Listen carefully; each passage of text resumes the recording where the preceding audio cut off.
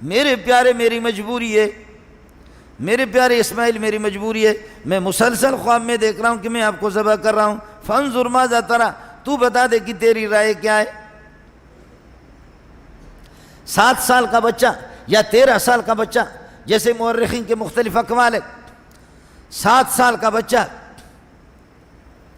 یا بنیا میرے پیارے بیٹے تو مجھے، میرے دل میں کتنی تیری عظمت ہے، تیری محبت کتنی ہے، انی ارا فی المنام۔ نبی کا خواب جو ہوتا ہے وہ قطعی درجہ وحی کا درجہ رکھتا ہے۔ نبی کا خواب پیر صاحب کے خواب کی طرح نہیں ہوتا۔ پیروں کے خواب پھر آپ کو سنا دوں گا کسی اور موقع پر، جھوٹے جھوٹے جھوٹے جھوٹے جھوٹے ایسے جھوٹے دجال پیر بنے ہوئے۔ نبی کا خواب وحی کا درجہ رکھتا ہے۔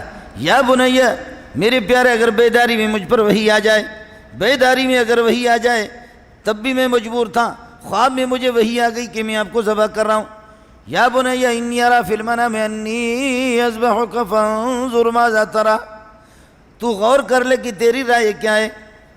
میرے پیارے ابا، یا ابت کا ترجمہ یہ کہ میرے پیارے ابا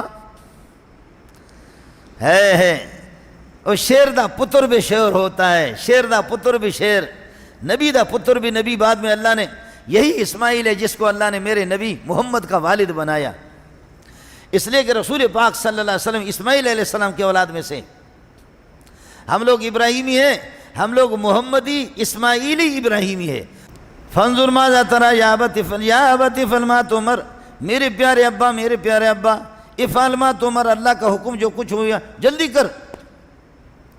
پھر بتا رہے کہ ابا جی چھری تیز کر لینا، کند چھری ہوگی، چلاتے ہوئے جلدی اگر مجھے نہ کاٹے تو پھر یہ کہ آپ کو ترس آئے گا، ہو سکتا ہے اولاد اولاد ہے، اکلوتا بیٹا ہوں، اور ابا جی میرے ہاتھ پاؤں باندھ دے لینا، کہیں ایسا نہ ہو کہ خون میرے خون یہ ہے کہ فوارے کی طرح نکل جائے، اور میں یہ ہے کہ ہاتھ پاؤں ہلا دوں، ہاتھ میرے خون میں لگ جائے اور وہ خون آپ کے کپڑوں پر لگ جائے۔